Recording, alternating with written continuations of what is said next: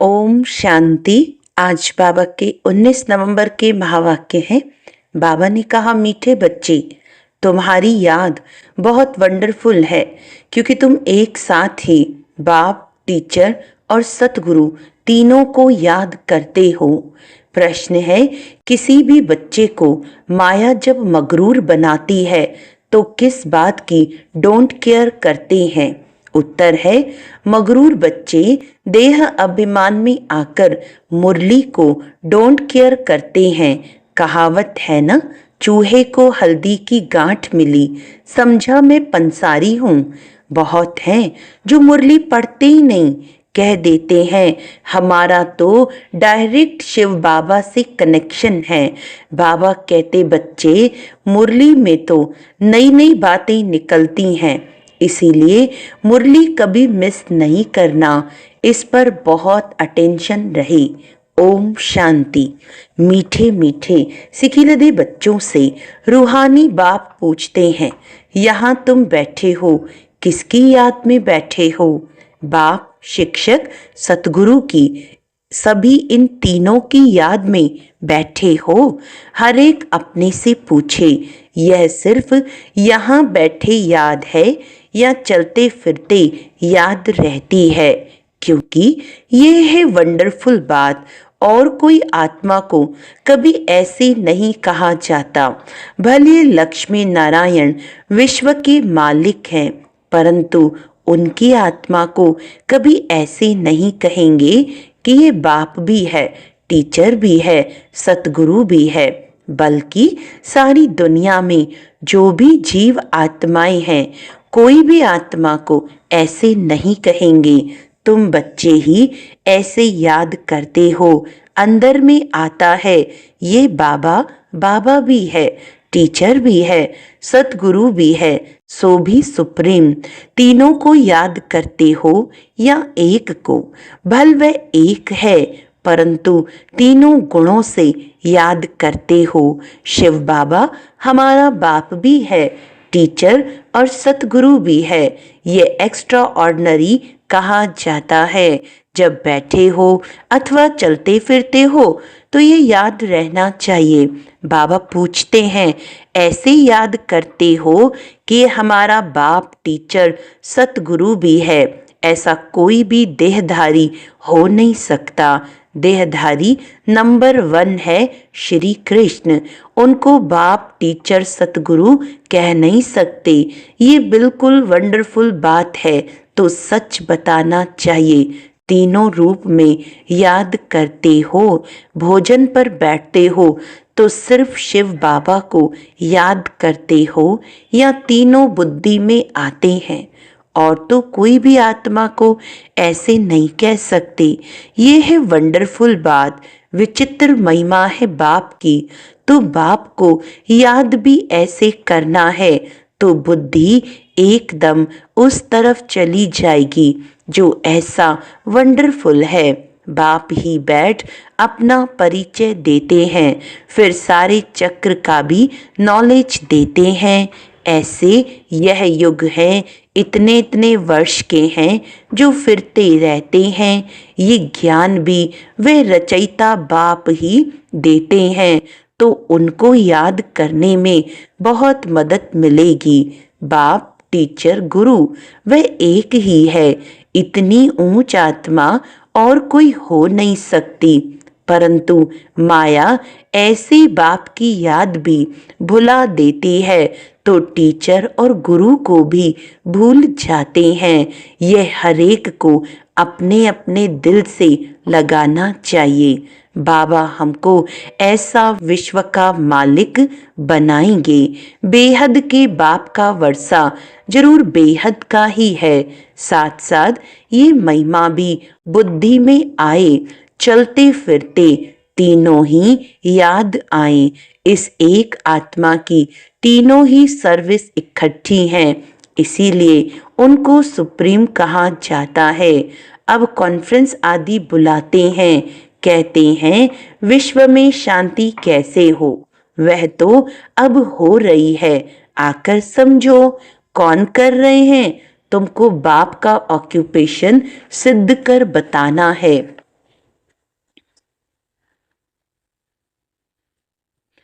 बाप के ऑक्यूपेशन और श्री कृष्ण के ऑक्यूपेशन में बहुत फर्क है।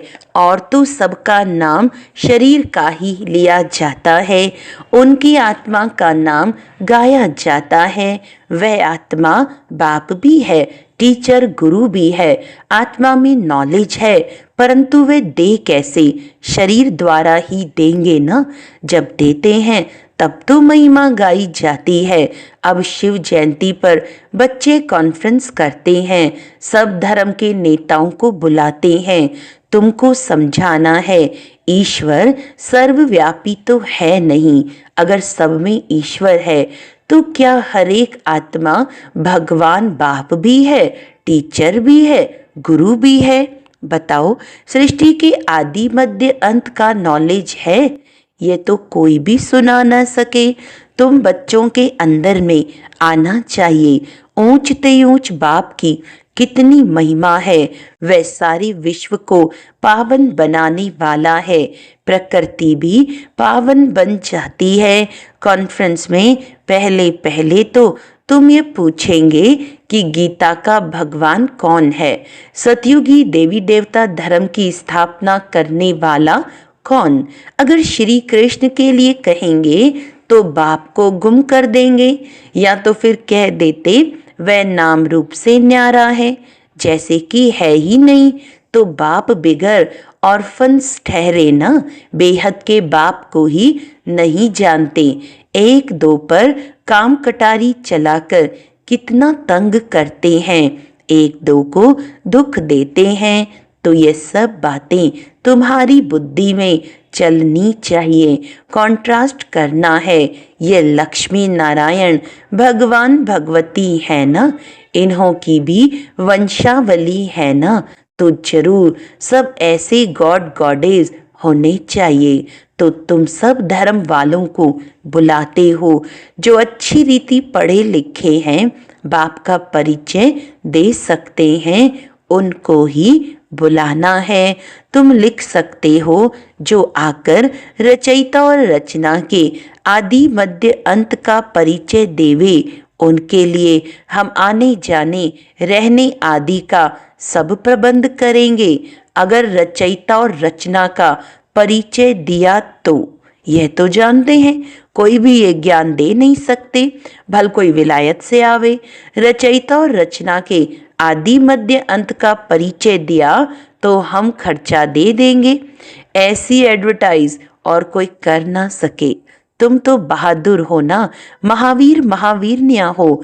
तुम जानते हो इन्होंने लक्ष्मी नारायण विश्व की बादशाही कैसे ली, कौन सी बहादुरी की? बुद्धि में ये सब बातें आनी चाहिए। कितना तुम ऊंच कार्य कर रहे हो, सारे विश्व को पावन बना रहे हो। तो बाप को याद करना है, वर्षा भी याद करना है। सिर्फ यह नहीं कि शिव बाबा याद है, परंतु उनकी महिमा भी बतानी है। ये महिमा है ही निराकार की, परंतु निराकार अपना परिचय कैसे दे? जरूर रचना के आदि मध्य अंत का नॉलेज देने लिए मुख चाहिए ना। मुख की कितनी महिमा है। मनुष्य गौमुख पर जाते हैं, कितना धक्का खाते हैं, क्या क्या बातें बना दी हैं। तीर मारा गंगा निकल आई, गंगा को समझते हैं पतित पावनी। अब पानी कैसे पतित से पावन बना सकता? पतित पावन तो बाप ही है। तो बाप तुम बच्चों को कितना सिखलाते रहते हैं। बाप तो कहते हैं ऐसे ऐसे करो। कौन आकर बाप रचयिता और रचना का परिचय देंगे? साधु सन्यासी आदि ये भी जानते हैं कि ऋषि मुनि आदि सब कहते थे नेति नेति। हम नहीं जानते हैं, गोया नास्तिक थे। अब देखो कोई आस्तिक निकलता है। अभी तुम बच्चे नास्तिक से आस्तिक बन रहे हो। तुम बेहद के बाप को जानते हो जो तुमको इतना ऊंच बनाते हैं, पुकारते भी हैं ओ गॉड फादर लिबरेट करो। बाप समझाते हैं इस समय रावण का सारे विश्व पर राज्य है, सब भ्रष्टाचारी हैं, फिर श्रेष्ठाचारी भी होंगे ना। तुम बच्चों की बुद्धि में है, पहले पहले पवित्र दुनिया थी, बाप अपवित्र दुनिया थोड़े ही बनाएंगे। बाप तो आकर पावन दुनिया स्थापन करते हैं, जिसको शिवालय कहा जाता है। शिव बाबा शिवालय बनाएंगे ना, वे कैसे बनाते हैं सो भी तुम जानते हो। महाप्रलय जलमय आदि तो होती नहीं, शास्त्रों में तो क्या क्या लिखा है। बाकी 5 पांडव बचे जो हिमालय पहाड़ पर गल गए, फिर रिजल्ट का कोई को पता नहीं। ये सब बातें बाप बैठ समझाते हैं, ये भी तुम ही जानते हो। वह बाप बाप भी है, टीचर भी है, सतगुरु भी है। वहां तो ये मंदिर होते नहीं, ये देवताएं होकर गए हैं, जिनके यादगार मंदिर यहाँ है। ये सब ड्रामा में नूंद है, सेकंड बाय सेकंड नई बात होती रहती है, चक्र फिरता रहता है। अब बाप बच्चों को डायरेक्शन तो बहुत अच्छे देते हैं। बहुत देह अभिमानी बच्चे हैं जो समझते हैं हम तो सब कुछ जान गए हैं, मुरली भी नहीं पढ़ते हैं, कदर ही नहीं है। बाबा ताकीद करते हैं, कोई कोई समय मुरली बहुत अच्छी चलती है, मिस नहीं करना चाहिए। 10-15 दिन की मुरली जो मिस होती है वह बैठ पढ़नी चाहिए। ये भी बाप कहते हैं, ऐसी ऐसी नॉलेज दो। ये रचता और रचना के आदि मध्य अंत का नॉलेज कोई आकर दे तो हम उनको खर्चा आदि सब देंगे। ऐसी नॉलेज तो जो जानते हैं वह देंगे ना। टीचर खुद जानता है तब तो पूछते हैं ना, बिगड़ जाने पूछेंगे कैसे। कोई कोई बच्चे मुरली क्यों भी डोंट केयर करते हैं, बस हमारा तो शिव बाबा से ही कनेक्शन है, परंतु शिव बाबा जो सुनाते हैं वह भी सुनना है ना, कि सिर्फ उनको याद करना है। बाप कैसे अच्छी अच्छी मीठी मीठी बातें सुनाते हैं, परंतु माया बिल्कुल ही मगरूर कर देती है। कहावत है ना, चूहे को हल्दी की गांठ मिली, समझा मैं पंसारी हूँ। बहुत हैं जो मुरली पढ़ते ही नहीं, मुरली में तो नई नई बातें निकलती हैं ना, तो ये सब बातें समझने की हैं। जब बाप की याद में बैठते हो तो यह भी याद करना है कि वह बाप टीचर भी है और सतगुरु भी है, नहीं तो पढ़ेंगे कहाँ से। बाप ने तो बच्चों को सब समझा दिया है, बच्चे ही बाप का शो करेंगे। सन शोज फादर, सन का फिर फादर शो करते हैं, आत्मा का शो करते हैं, फिर बच्चों का काम है बाप का शो करना। बाप भी बच्चों को छोड़ते नहीं हैं, कहेंगे आज फलानी जगह जाओ, आज यहाँ जाओ। इनको थोड़ी कोई ऑर्डर करने वाले होंगे, तो ये निमंत्रण आदि अखबारों में पढ़ेंगे। इस समय सारी दुनिया है नास्तिक, बाप ही आकर आस्तिक बनाते हैं। इस समय सारी दुनिया है worth not a Penney. America के पास भले कितना भी धन दौलत है, परंतु वर्थ नॉट ए पेनी है। यह तो सब खत्म हो जाना है ना। सारी दुनिया में तुम वर्थ पाउंड बन रहे हो, वहां कोई कंगाल होगा नहीं। तुम बच्चों को सदैव ज्ञान का सिमरण कर हर्षित रहना चाहिए, उसके लिए ही गायन है। अतीन्द्रिय सुख गोप गोपियों से पूछो, ये संगम की ही बातें हैं। संगम युग को कोई भी जानते नहीं, विहंग मार्ग की सर्विस करने से शायद महिमा निकले। गायन भी है, अहो प्रभु तेरी लीला। ये कोई भी नहीं जानते थे कि भगवान बाप टीचर सतगुरु भी है। अब फादर तो बच्चों को सिखलाते रहते हैं, बच्चों को ये नशा स्थायी रहना चाहिए, अंत तक नशा रहना चाहिए। अभी तो नशा झट सोडा वाटर हो जाता है। सोडा भी ऐसे होता है ना, थोड़ा टाइम रखने से जैसे खारा पानी हो जाता है।